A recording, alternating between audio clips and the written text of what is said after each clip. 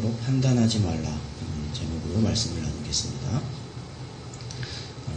성경에요, 우리 생각보다 많은 분량을 차지하고 있는 그런 내용, 자주 언급되는 그런 내용이 있는데요. 그 중에 하나는 돈에 관한 것입니다. 물질에 관한 것.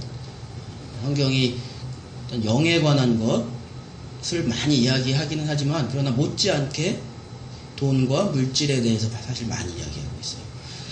그리고 또 한 가지 제가 성경을 읽으면서 보니까 성경에서 반복해서 이야기하고 있는 그런 주제가 있는 것 같아요.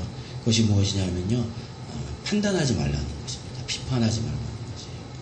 그래서 싸우지 말고 하나 되라는 그런 주제를 성경이 굉장히 많이 반복해서 이야기하고 있는 것을 우리가 성경을 읽다 보면 알게 됩니다.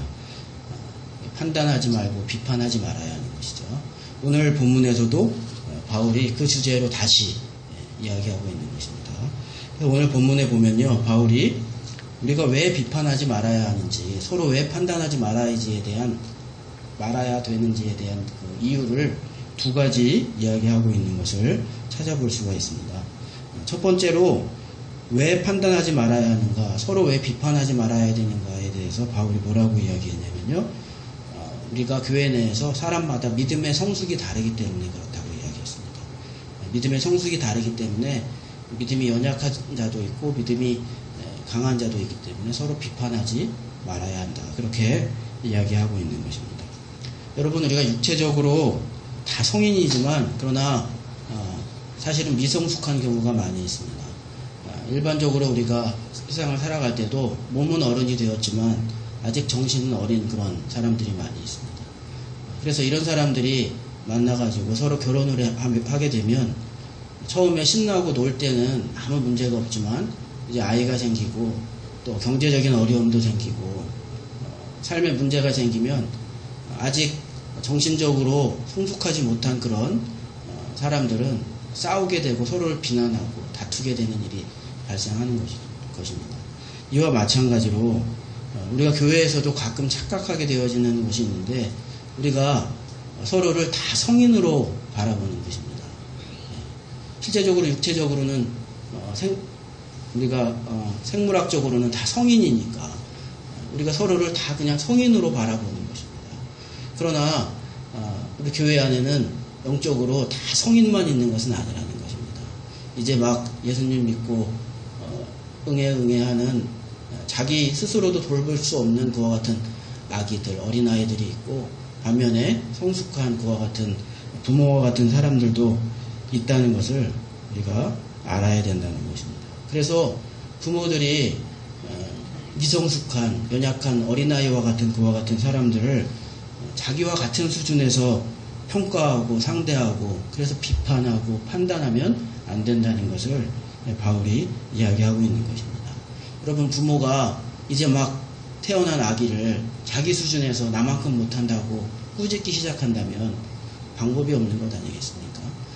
그래서 이 부모가 아기들을 그렇게 하지 아니하고 인내로 사랑해주고 돌보아주고 자라나기까지 그렇게 해주는 것처럼, 우리 교회 안에서도 믿음이 성숙한 부모와 같은 사람들이 믿음이 연약한 사람들을 그렇게 판단하거나 정죄하거나 비판하지 말고 도와주고 사랑으로 그렇게 기다려줘야 한다는 것을 여러분 이야기하고 있는 것입니다.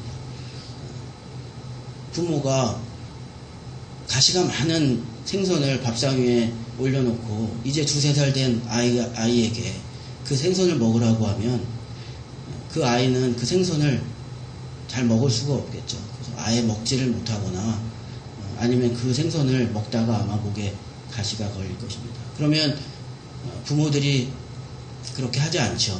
아기에게 생선을 먹일 때 여러분 어떻게 해줍니까? 엄마 아빠가 자상하게 가시를 다 제거하고 먹을 수 있도록 그렇게 줍니다. 또 그러면서 아이가 자라나면서 이렇게 가시를 이렇게 발라 먹는 거구나, 생선을 이렇게 바르는 것이구나, 또 그것을 보게 되면서 이제 초등학생 되고 중학생 되면 스스로 가시를 이제 발라 먹을 수 있도록 그렇게 점점 성장하게 되어지는 것이죠. 그래서 교회에서도 우리가 다 성인이라고 생각해서 왜 그것을 먹지 못하냐고 왜 그렇게 하지 못하냐고, 믿음이 어린 사람들을 그렇게 정죄하고 또 그렇게 보채고 그렇게 하면 안 된다는 것입니다. 왜냐하면 아이와 어른의 생각은 다를 수밖에 없기 때문이라는 것입니다. 성숙한 사람과 성숙하지 않은 사람은 무언가를 바라보는 그런 태도나 사고가 다른 것이죠. 그래서 교회 안에서도 믿음이 연약한 사람들은 성숙한 사람들하고는 생각하는 게 좀 다릅니다. 아이들이 어른과 생각이 다르죠. 아이들이 이제 뭐 2살, 3살 된 아이가 우리 집안이 어려우니까 엄마 아빠 좀 봐드려야지 그러면서 생일날이나 크리스마스에 장난감 사달라고 떼 안 씁니까? 그런 거 생각하면 이미 아기가 아닌 것이죠. 아이들은 부모의 그런 형편을 잘 생각하지 못하는 것입니다. 그러니까 악인 것이에요. 그러니까 때도 쓰고 자기의 입장에서 그렇게 하는 것이죠. 생각하는 것이 다른 것입니다. 교회에도 생각하고 판단하는 것이 그렇게 믿음이 연약한 사람들, 아기 같은 사람들과 성숙한 사람들은 다르기 때문에 그러므로 그것을 비판하지 말아야 된다는 것입니다. 왜 그렇게 이야기하냐고, 왜 성숙한 생각을 하지 못하냐고 그렇게 비판하지 말고 그 어린아이들이 이야기하는 것을 부모가 그래 그렇게 받아주듯이 교회에서도 어린아이와 같은 그런 연약한 사람들의 생각을 나무라지 말고 받아주어야 한다는 것입니다. 그 말씀이 1절 말씀입니다. 1절 말씀 다시 한번 보도록 하겠습니다. 믿음이 연약한 자를 너희가 받되 그의 의견을 비판하지 말라. 그의 의견을 비판하지 말라. 그렇게 이야기하고 있는 것입니다. 좋은 가정은요, 아이들이 막 이야기할 때 그 의견이 얼토당치 않아도 부모가 그것을 확 무시하거나 비판하지 않습니다. 그것이 좋지 않은 것이죠. 교회 안에서도 그렇게 해야 한다. 바울이 이야기하고 있는 것입니다. 그러면서 이제 하나의 상황, 케이스 스터디를 하나 우리에게 전해주고 있는데요. 어떤 일을 이야기하고 있냐면요. 바울이 우상신에게 제사를 지낸 고기를 먹는 그 일에 대해서 이야기하고 있는 것입니다. 우리나라도 예전에 제사 지낸 음식을 먹어야 되냐 말아야 되냐 그것 때문에 이제 논쟁이 있고 뭐 그럴 때도 있었던 것 같습니다. 그런데 이제 바울의 시대에도 그런 일이 있었던 것입니다. 이방신에게 제사를 지낸 음식을 과연 먹을 수가 있느냐, 그 문제에 대해서 믿음이 있는 사람들은 그것이 아무 문제가 없는 것이에요. 어떤 음식이든지 내가 그 음식을 먹었을 때 그 이방신에게 제사를 지냈던 음식이라 할지라도 그 음식을 먹었을 때 그것으로 인해서 전혀 믿음에 영향을 받지를 않는 것입니다. 시험에 들지를 않는 것입니다. 왜냐하면 이미 믿음이 그 단계를 넘어섰기 때문에 그런 음식을 먹지 않는 것에 마음에 어려움이 없는 것입니다. 그것 때문에 믿음이 흔들리지를 않는 것입니다. 그런데 믿음이 적은 사람들, 아직 어린 사람들은 그 음식을 먹는 것이 마치 죄를 짓는 것처럼 그렇게 마음속에 생각이 들 수가 있습니다. 내가 이 음식을 먹는 것이 하나님의 말씀을 어기는 것 같은 그런 생각을 할 수 있다는 것입니다. 그래서 그런 사람들이 고기를 먹지 아니하고 다른 음식만 먹었다는 것입니다. 2절 말씀이 그 말씀인데요. 한번 보시겠습니다. 어떤 사람은 모든 것을 먹을 만한 믿음이 있고 믿음이 연약한 자는 채소만 먹느니라. 그래서 그 제사 지낸 이방신에게 제사 지낸 그 고기는 먹지 않고 채소만, 상에 있는 다른 음식만 먹는 그와 같은 사람들이 있었다는 것입니다.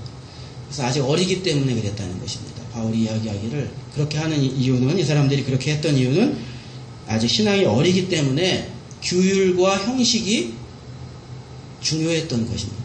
우리가 어렸을 때는 규율과 형식이 더 중요합니다.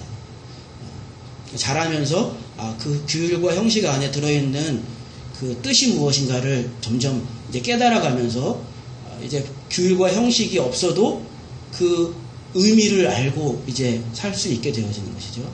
근데 이제 어렸을 때는 그 법 안에 있는 규율 안에 들어있는 내용, 왜 그렇게 해야 되는지에 대한 것은 잘 알지 못하기 때문에 교육할 때는 일단 그 그 규율을 이제 많이 이야기하지 않겠습니까? 그것처럼 아직 어렸을 때는 규율에 좀 매여 있는 경우가 있다는 것입니다. 그래서 이방신에게 제사 지내는 것에 대하여서 아직 믿음이 어린 사람들은 그것을 먹을 때는 내 마음에 믿음의 시험이 들기 때문에 그것을 먹지 않는 사람들이 있었다는 것입니다. 그러니까 교회 안에 그 음식을 먹는 사람들이 있고 여러분 먹지 않는 사람들이 있었다는 것이고요. 바울은 이야기하기를 그것을 먹어도 아무 문제가 없는 그런 믿음에 성숙한 사람들이 있지만 그것을 먹으면 시험이 드는 어린 사람들도 있었다는 것이고요. 그것을 이야기해주고 있는 것입니다.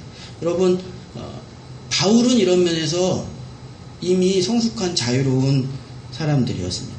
사실 우리도 신앙생활을 오래 하고 이제 성숙하게 되면 이런 면을 건너가게 되어집니다. 바울도 그랬던 것이죠. 그래서 고린도전서 10장에서 보면 바울이 불신자가 초대했는데 그 밥상 위에 이방신에게 제사 지냈던 음식도 있고 다른 음식도 있고 그러면 바울은 어떻게 하라고 했냐면요. 묻지 말고 따지지 말고 그냥 먹으라 이렇게 얘기했습니다. 그것이 어떤 음식인지 굳이 물어볼 필요가 없다는 것입니다. 그거에서 자유할 필요가 있다. 그렇게 여러 번 이야기했던 것입니다. 그러나 반면 바울은 또 어떤 이야기도 했냐면요.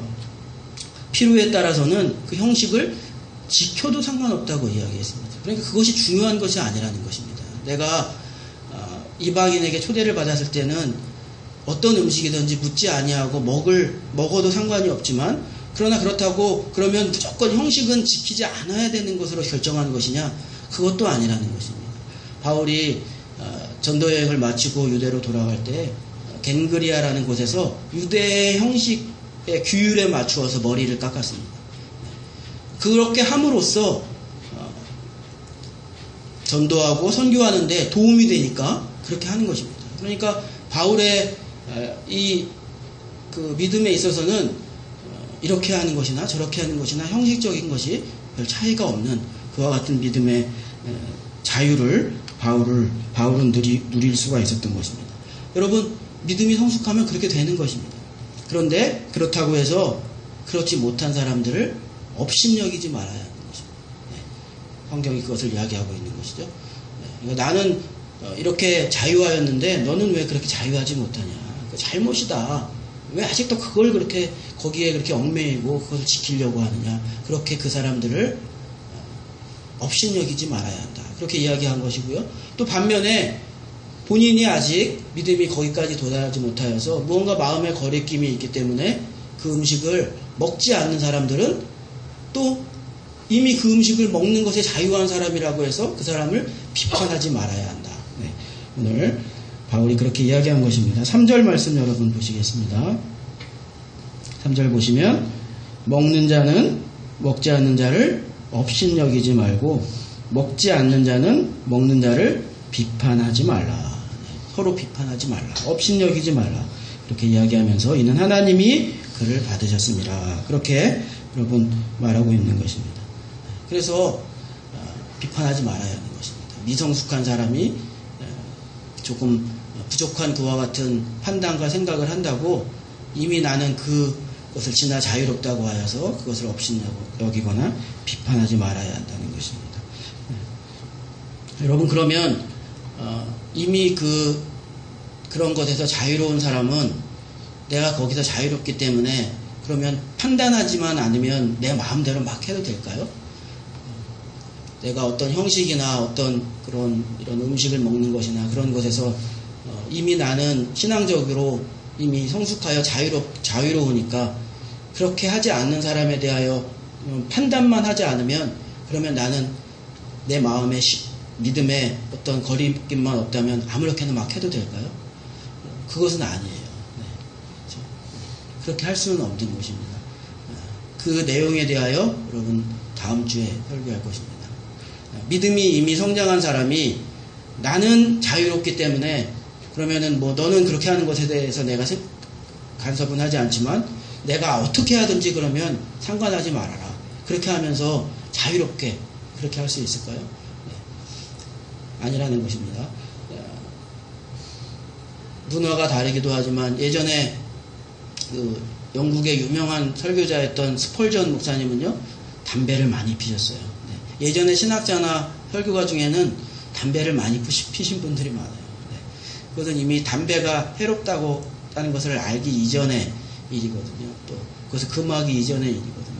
그러면 그렇기 때문에 그 목사님, 훌륭한 목사님도 그렇게 담배를 많이 피셨으니까 나는 담배 피는 것에서 내 믿음으로, 내 신앙으로 지금 자유로우니까 나도 그렇게 담배를 나는 자유롭게 필 거야. 나는 그것에 대하여 신앙적인 난 하나님 앞에서 내 믿음에 거리낌이 없어. 그렇게 생각해서 그러면 막 담배를 펴도 된다는 이야기일까요? 그러면 자유롭다는 것이? 그것은 아니라는 것이거든요. 이 부분에 대해서는 다음 주에 로마서 후반부의 내용을 가지고 설교할 것이고요. 궁금하신 분들은 성경을 미리 읽어보시면 성경의 내용을 통해서 여러분이 아마 예습하실 수가 있을 것 같습니다. 그래서 비판하지 말아야 되는 이유가 첫 번째, 그렇게 믿음의 성숙이 다르기 때문에 비판하지 말아야 된다. 그렇게 바울이 이야기했던 것이고요. 또 한 가지로 비판하지 말아야 되는 이유를 바울이 이야기하고 있는데, 그 이유는 살아온 환경이 다르기 때문에, 살아온 문화적 배경이 다르기 때문에, 그래서 다른 사람으로 성장해 왔기 때문에 비판하지 말아야 된다라는 한 가지 이유를 이야기하고 있는 것입니다. 여러분, 사람이 다른 배경과 문화에서 성장하면 다를 수밖에 없는 것이죠. 그래서 거기에는 의견의 충돌이 어느 정도 있을 수밖에 없는 것입니다. 그러니까 이렇게 해서 부딪히는 문제는 성숙의 문제는 아닌 것입니다. 누가 성숙했느냐 미성숙했느냐의 문제가 아니고 또 옳고 그름의 문제도 아니라는 것입니다. 그런데 우리는 이 다름의 문제에서 일어나는 일 때문에 서로를 비판하거나 판단하는 일이 굉장히 많은 것이죠.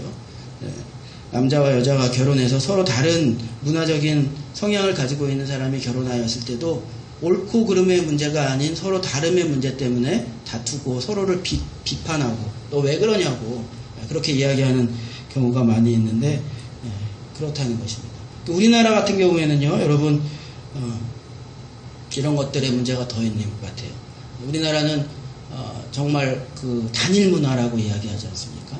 또 단일 민족이라고 이야기합니다. 그러니까 좀 다양성을 좀 제한하는 그런 사회인 것 같아요. 좀 획일화되기를 좀 강요하는 그런 사회라고 볼 수가 있는 것 같습니다. 그래서 사회에 나가가지고 점심 먹으러 갔는데 다 상사들하고 해가지고 다 짜장면 시키는데 이제 말단 직원이 이제 막 들어가가지고 혼자 나는 짬뽕 먹는다 그러면 우리나라 문화에서는 저 친구가 저기 사회생활을 저기 어떻게 하려고 저런 짓을 하나 그렇게 이야기를 하잖아요. 그러니까 우리는 좀 그런 다양성을 좀 막고 있는 것 같아요. 그래서 속담에도 모난돌이 정 맞는다라는 그런 속담이 있잖아요. 그러니까 네가 그렇게 어려움 당하는 게 네가 모났기 때문이 아니냐, 튀기 때문이 아니냐, 그렇게 우리는 많이 생각을 하지 않습니까? 좀 둥글둥글하게 살아라. 우리는 그걸 좀 많이 강요하는 것 같아요. 좀 둥글둥글하라는 것이잖아요. 그런데 여러분, 사실 다 둥글둥글하면 거기서는 스티브 잡스가 안 나와요. 그렇죠? 네, 사실은 다 개성이 있어야 뭔가 창의적인 게 나오는 건데 사실 우리 문화는 그런 게 있어요. 제가 미국 사회는 가보니까 정말 다양하더라고요. 인구 구성도 다양하지만 하여튼 한 가지로 통일되는 게 없고 각각이더라고요. 미국 여행을 가셔본 분은 아시겠지만 화장실을 가면 이렇게 휴지를 뺐을 수 있는 그런 휴지 이제 거리가 있는데 그 휴지 거리만 해도 제가 그 경험한 휴지 거리만 해도 한 10가지가 넘는 것 같아요. 어떤 거는 이렇게 우리 화장실에 있는 것처럼 이렇게 쭉쭉 빼쓰는 것도 있고, 어떤 거는 이렇게 눌러야지 한 장씩 나오는 것도 있고, 또 어떤 거는 센서로 해서 이렇게 가까이 가면 한 장씩 이렇게 나오는 것도 있고요. 어떤 거는 말아져가지고 빼어서 나오는 것도 있고요. 그러니까 너무나 다양한 그와 같은 것들을 많이 사용하고 다양성이 많이 추구되고 있는 것 같은데, 사실 우리는 이제 그러지 못하고 획일적이기 때문에 사실 우리 나라나 우리 교회에서는 이런 다양함의 문제 때문에 부딪히고 또 판단하고 이런 문제가 특히 나타나지 않나 그런 생각을 합니다. 우리 말을 할 때, 우리가 말을 할 때 그래서 자주 틀리면서 말을 하는 것이 무엇이냐면 다르다와 틀리다를 혼용하는 것이라고 그러잖아요. 그죠? 다른 것과 틀린 것, 맞고 틀리는 것과 다른 것은 다른 것인데, 그런데 우리가 쉽게 그냥 다른 것을 틀리다라고 이야기한다고 하는 거지 않습니까? 그 이유는 우리 생각 속에 다른 것은 틀린 것이라는 그런 생각이 있기 때문에 우리가 우리 언어를 사용할 때 다르다를 틀리다와 이렇게 섞어서 사용한다는 그런 이야기를 제가 드린 것 같은데요. 그래서 여러분 다를 수가 있는데 그것을 용납하지 않기 때문에 바울은 그것 때문에 비판이 있는 것이고, 그러므로 비판하지 않으려면 다르다는 것을, 그 배경이 다르다는 것을, 그 사람이 살아온 환경이 다르다는 것을 용납해야 한다. 그것을 인정해야 한다. 그렇게 이야기하고 있는 것입니다. 여러분, 이것이 바울에게도 굉장히 큰 고민거리였다는 것을 알 수가 있습니다. 왜냐하면 바울이 세운 여러 교회들이 있는데 그 교회마다 이 싸움의 문제, 비판의 문제, 그리고 분열하는 문제가 항상 큰 문제였습니다. 그 문제가 가장 크게 나타났던 교회는 고린도 교회였고요. 그러나 고린도 교회뿐만이 아니라 빌립보 교회나 에베소 교회나 항상 그 문제가 나타났고요. 지금 바울이 14장에서 이 이야기를 쓰는 이유는 로마의 교회에도 이 문제가 적잖이 벌어졌기 때문이라는 것을 우리가 짐작하고 있는 것입니다. 그런데 그럴 수밖에 없었던 것이요. 왜냐하면 바울이 세운 그 교회에 항상 중요한 서로 다른 두 민족이 존재를 했습니다. 유대인 그리스도인들이 있었고요. 그 다음에 이방인이었다가 예수를 믿은 그와 같은 그리스도인들이 있었습니다. 그러니까 너무나 다른 살아온 배경을 가지고 있는, 교육받아온 배경이 다른 그와 같은 집단이 바울이 세운 교회에는 항상 있었기 때문에 거기에서 항상 문제가 발생했던 것입니다.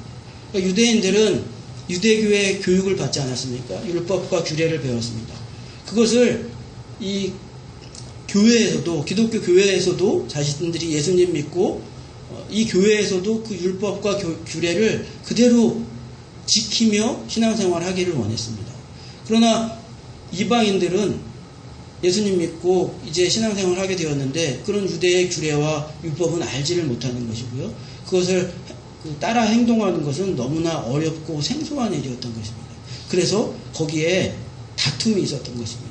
교회 안의 문화를 어떻게 만들어갈 것인가에 대한 여러분 다툼이 있었던 것인데요. 이런 것들을 우리가 쉽게 우리도 우리 안에서 많이 경험할 수가 있는 것이죠.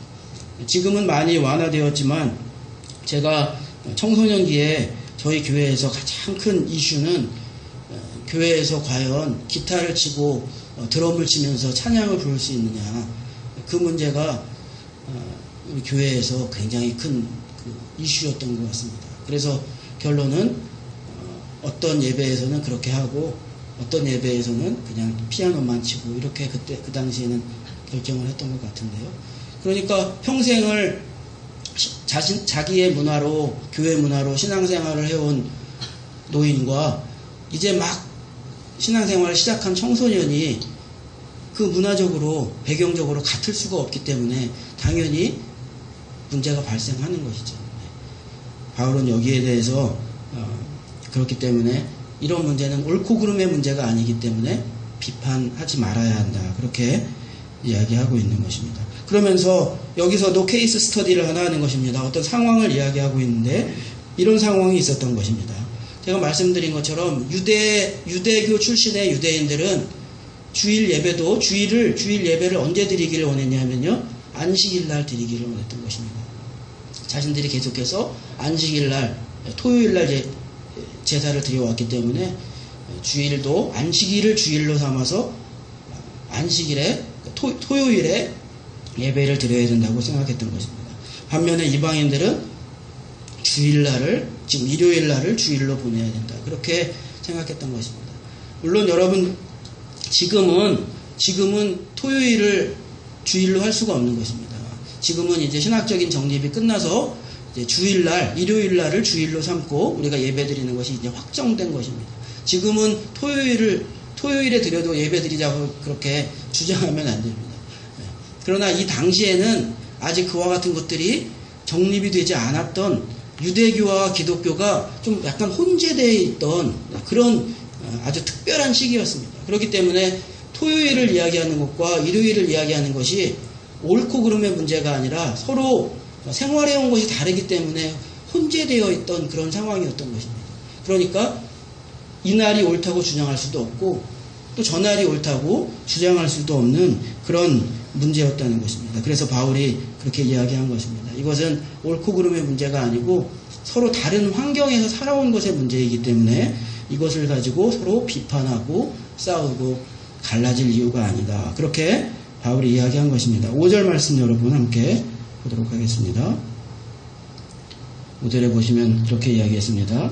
어떤 사람은 이 날을 전날보다 낮게 여기고 어떤 사람은 모든 날을 같게 여기나니 각각 자기 마음으로 확정할지니라.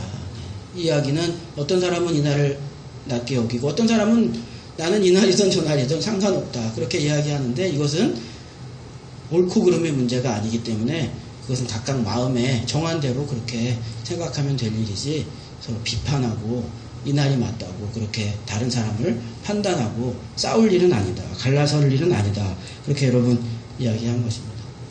그러면 여러분 이렇게 바울이 이야기했는데 그러면 우리가 어떤 태도를 가져야 되겠느냐. 이렇게 판단하는 그와 같은 사람이 되지 아니하고 우리가 비판하지 않기 위해서 어떤 태도를 가져야 되겠느냐. 우리가 한번 생각해 볼 수가 있는데요. 그것은 그래서 우리가 용납하고 인정해 주어야 한다는 것입니다. 비판하고 판단하고 싸우고 갈라서지 않기 위해서 우리가 우리 서로를 용납하고 인정해 주어야 한다. 어린아이고 어리다고 비판하고 용납하지 아니하고 애들은 저쪽에 가 있어 그렇게 하면 안 되는 것처럼 우리 교회 안에서도 용납해주고 사랑해주고 또 살아온 배경과 환경이 다르기 때문에 다른 이야기를 한다고 해서 그것에 대하여 비판하고 판단하지 아니하고 서로 용납하고 받아주어야 한다. 그렇게 이야기하는 것입니다. 나만 옳다고 독선하면 안 된다는 것입니다. 교회 안에서. 그러면 비판하게 된다는 것입니다. 나만 내가 행하는 것만 하나님의 뜻이라고 여러분 그렇게 이야기하지 말아야 하는 것입니다. 그것이 독선입니다. 네가 하는 것은 네가 행하는 것은 그것은 하나님께서 원하는 것이 아니고 내가 이야기하는 것만 또 내가 하는 방식만 하나님께서 원하시는 방식이다. 하나님의 뜻이다. 여러분 이렇게 생각하지 말아야 한다는 것입니다. 그러면서 성경이 뭐라고 이야기하는 것이냐면요. 우리가 이렇게 행동할 수도 있고 저렇게 행동할 수도 있고 조금 다르게 의견을 낼 수도 있지만 그러나 다 주를 위해 하는 것이다. 이런 마음을 가져야 한다는 것입니다. 나만 하나님의 뜻을 행한다고 생각하지 말고 나만 주를 위해 사는 것이 아니라 다른 생각을 하는 사람, 다른 의견을 내는 사람도 또 조금 어린 사람도 다 주를 위해 하고 있는 것이다. 주를 위해 살아가고 있는 것이다. 그렇게 우리가 생각해야 한다는 것입니다. 6절부터 8절 말씀 보시겠습니다. 나를 중히 여기는 자도 주를 위하여 중히 여기고 먹는 자도 주를 위하여 먹으니 이는 하나님께 감사하며 먹지 않는 자도 주를 위하여 먹지 아니하며 하나님께 감사하느니라. 네, 이렇게 이야기하고 있죠. 또 7절에 보시면 우리 중에 누구든지 자기를 위하여 사는 자가 없고 자기를 위하여 죽는 자가 없도다. 8절 우리가 살아도 주를 위하여 살고 죽어도 주를 위하여 죽나니 그러므로 사나 죽으나 우리가 주의 것이로다. 네. 여러분 이 말씀을 우리가 많이 듣고 여러분 알고 계시지만 이 말씀이 이런 의미의 말씀인지는 아셨습니까? 내가 죽어도 살아도 주를 위해서 살아야지 우리가 결단할 때 그렇게 생각하였지 사실은 이 본문 가운데에서 사나 죽으나 우리가 주를 위해 산다는 의미가 이런 의미인지 여러분 어떻게 보면 잘 모르셨을 수도 있을 것 같아요. 이렇게 하나 저렇게 하나 이런 모양으로 사나 저런 모양으로 사나 교회 안에서 다 우리가 주를 위해 사는 사람들이라는 것을 인정해야 한다는 것입니다. 그리고 그것을 그래서 비판하지 말고 판단하지 말아야 된다는 것입니다. 우리나라도 요즘에 보면요 좀 이런 자세가 좀 필요한 것 같아요. 이렇게 하나 저렇게 하나 다 나라를 사랑하는 한민족인 것입니다. 한 나라의 백성인 것입니다. 그런데 마치 이쪽으로 갈리고 저쪽으로 갈려서 저 사람들은 아주 그냥 나라를 망하게 할 사람들이고 우리만 애국자이고 우리가 안 하면 우리만 나라를 위한 사람이에요. 여러분 그러니까 이게 용납이 안 되고 통합이 안 되는 것입니다. 서로 다른 의견을 낼 수 있죠. 이런 의견도 낼 수 있고 저런 의견도 낼 수 있는 것입니다. 그러나 우리가 첫 번째 인정해야 될 것은 무엇이냐면요. 이러나 저러나 다 우리가 나라를 사랑하는 우리 민족이다. 우리 백성이다. 그렇게 생각해야 완전한 갈등이 없는 것이죠. 근데 지금 우리나라를 바라보면 이것은 뭐 완전히 무슨 그냥 한쪽으로 완전히 다 쫓아내야 될 것 같아요. 한쪽은 그냥 북한이다. 그래가지고 너희들은 북한으로 가라. 그리고 또 한쪽은 너희는 친일파다. 다 일본으로 가라. 막 이러니 이게 어떻게 한 민족이라고 볼 수가 있습니까?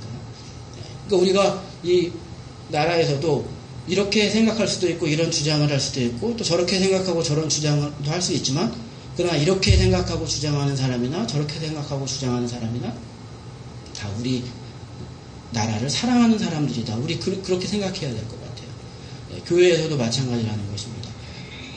이렇게 해야 주를 위해 사는 거고 저렇게 하면은 마귀의 사람이냐. 나와 생각이 다르다고 그러면 저 사람은 주를 위해 살지 않는 사람이냐. 그것이 아니고 이렇게 하든지 저렇게 하든지 다 주를 위해 사는 사람들이다. 그런 태도를 가져야 한다. 그렇게 바울이 이야기하고 있는 것입니다. 그러므로 여러분 우리가 이런 마음으로 좀 마음을 좀 넓게 가져야 할 것 같습니다. 너무 나만 옳다고 내 생각만 하면 안 될 것 같습니다. 조금 사소한 것에서 좀 우리가 좀 벗어나야 될 것 같아요. 교회 문제에서도 아주 사소한 것 때문에 다투고 싸우고 비판해서 교회가 깨지는 경우가 참 어이없이 많이 벌어지는 그런 일들이 있습니다. 제가 예전에도 한번 이야기했지만 제가 그 목회했던 인디애나 그 지역에 저하고 같이 교제했던 한 목사님이 한동안 저하고 커피 마시면서 교제할 때 그 교회의 싸움 때문에 교회 내에 그 부패로 갈려가지고 싸우는 일 때문에 저와 같이 교제하면서 이렇게 고민을 토로하고 그랬던 일이 있는데 그 싸움이 일어난 이유가 무엇이었냐면은 예배당 그 카페트를 새로 가는 일 때문에 그랬어요. 예배당 안을 새롭게 리노베이션 하면서 공사를 간단히 리노베이션을 하고 이제 오래된 카페트도 새로 바꾸기를 했는데 한쪽은 붉은색으로 하자고 그러고 한쪽은 검은색으로 하자고 그래가지고요. 그것 때문에 완전히 교회가 갈라져가지고요. 카페트 검은색, 레드 카페트파와 블랙 카페트파로 갈려가지고. 여러분 웃기죠? 근데 실제적으로 우리의 생활 속에서는 그렇게 된다니까요. 아주 사소한 것 때문에 그것이 감정적이 되고 그것 때문에 완전히 미움이 자라나가지고요. 교회가 갈라지고 그런 일들이 발생해요. 가정에서도 아마 그럴 수 있어요. 우리가 거기서 조금 넘어서야 될 것 같습니다. 그래서 이렇게 이야기하던 저렇게 이야기하던 다 우리 가족이다. 이렇게 이야기하던 저렇게 이야기하던 다 우리는 한 교회다. 그러므로 그 사소한 것에 우리가 그렇게 목숨 걸지 말자. 좀 넓게 보는 여러분 그런 태도를 우리가 가져야 비판과 판단하는 그와 같은 어떤 그런 분위기에서 우리가 지나갈 수 있다. 넘어갈 수 있다. 그렇게 우리가 배울 수 있을 것 같습니다. 여러분 하나님께서는 우리를 심판하시는데 오늘 성경을 통해서도 보는 것처럼 심판을 각각 상대평가로 하신다고 했습니다. 그러니까 하나님께서 무슨 말이냐면 하나님께서 똑같은 기준을 정해놓고 성인과 어린아이를 똑같이 판단하지 않으신다는 것입니다. 성인에게 적합한 어떤 기준을 정해놓으시고 하나님께서 그 기준으로 어린아이도 판단하지 않으신다는 것입니다. 만약 그렇다면 우리는 막 그 어린아이에게 호되게 해서 빨리 이 기준에 도달하도록 해야 할 것입니다. 물론 연약한 사람들은 우리가 잘하도록 도와야 하지만 그러나 하나님께서 그렇게 심판하고 평가하지는 않으시는 것이에요. 어른은 어른대로 아이는 아이대로의 하나님의 판단 기준에 따라 하시는 것입니다. 그렇기 때문에 그 앞에서 각각 하나님께 심판받는다는 것을 우리가 알아야 합니다. 그래서 서로는 비판할 필요가 없다는 것입니다. 10절에서 12절 말씀이 이제 마지막으로 그 말씀을 하고 있는데요. 한번 보시면 내가 어찌하여 내 형제를 비판하느냐 어찌하여 내 형제를 업신 여기느냐 우리가 다 하나님의 심판대 앞에 서리라. 기록되었을 때 주께서 이르시되 내가 살았노니 모든 무릎이 내게 꿇을 것이요 모든 혀가 하나님께 자백하리라 하였느니라. 12절 마지막에 그러므로 우리 각 사람이 자기 일을 하나님께 직고하리라. 네, 직고하는 직접 고하고 심판받는다. 다른 사람에게 그렇게 꾸짖고 판단하고 그럴 필요가 없다는 것입니다. 그러므로 여러분 오늘 우리 말씀을 통해서 이렇게 자꾸 비판하고 판단하는 그런 태도에서 우리가 벗어날 수 있기를 예수님의 이름으로 축복합니다. 그래서 회개하시기 바랍니다. 저도 설교를 준비하면서 저도 많이 회개하고 답정너 누가 저한테 목사님 아까 답정너 스타일인 것 같아. 저도 뭔가 제가 뭐라고 해야 되나요? 제가 나름대로 저는 그래도 이제 공부를 또 많이 하고 제가 이쪽에 많이 안다고 생각하니까 결국은 내가 생각한 대로 안 하면 판단하고 그대로 되도록 그게 답정너잖아요, 그죠? 답 정해놓고 하는 게 저희 지방의 한 목사님이 저한테 그렇게 이야기하더라고요. 제가 이제 아이하고 또 집 가정에서 이런 이야기하면 목사님이 약간 답정너 같다고 목사님이 좀 고쳐야 될 것 같다고 그런 이야기를 하더라고요. 그 설교를 준비하면서도 저도 그래서 저도 돌아보며 회개할 것들이 많이 있었습니다. 우리 안에서 여러분들도 내가 회개할 부분이 무엇인지 비판하고 판단하지 않기 위해서 내가 그동안 어떻게 해왔는지 오늘 회개하는 그런 시간이 있었으면 좋겠습니다. 따지고 판단하기보다는 격려해 주는 것이 좋은 것입니다. 한 장로님이 젊은 목사님이 그 교회에 부임하셨는데 한 1년 반 지나가지고 한 장로님이 노트 하나하고 성경책을 가지고 그 목사님을 찾아왔다고 합니다. 그래서 목사님 드릴 말씀이 있습니다. 그래서 이 목사님은 무슨 이야기를 해주시려고 하나 자리에 앉았는데 그 장로님이 노트를 딱 펼치면서 제가 1년 반 동안 목사님께서 설교하신 내용 중에 잘못 설교하신 내용 을 제가 다 적어가지고 가지고 왔습니다.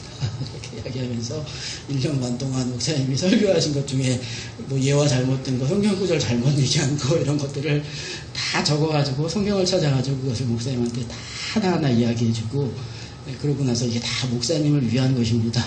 이렇게 이야기했다는 것입니다. 여러분 뭐가 위하는 겁니까? 그 목사님한테 그런 게 도움이 되겠습니까? 하나도 도움이 안 돼요. 그렇게 판단하고 비판하는 것은 도움이 안 됩니다. 격려해주고 기도해주고 사랑해주는 것이 도움이 되는 것입니다. 그래서 우리도 사실 그러잖아요. 판단하고 비판하는 사람은 꼭 이렇게 이야기하는 것이거든요. 너 잘 되라고 하는 것이다. 그래서 너 좋으라고 이야기하는 것이다. 그렇게 이야기하지만 그것은 도움이 안 된다는 것입니다. 그것은 좋지 않은 일이고요. 그래서 판단하지 말고 돕고 용납해주고 그렇게 우리가 우리 교회 안에서 여러분 그렇게 할 수 있기를 바라고 그래서 우리 교회가 그런 사랑으로 용납함으로 세워져 갈 수 있는 우리 교회 비판과 판단이 아니라 받아주는 것과 같은 영성이 풍부한 그런 교회가 될 수 있기를 예수님의 이름으로 축복합니다.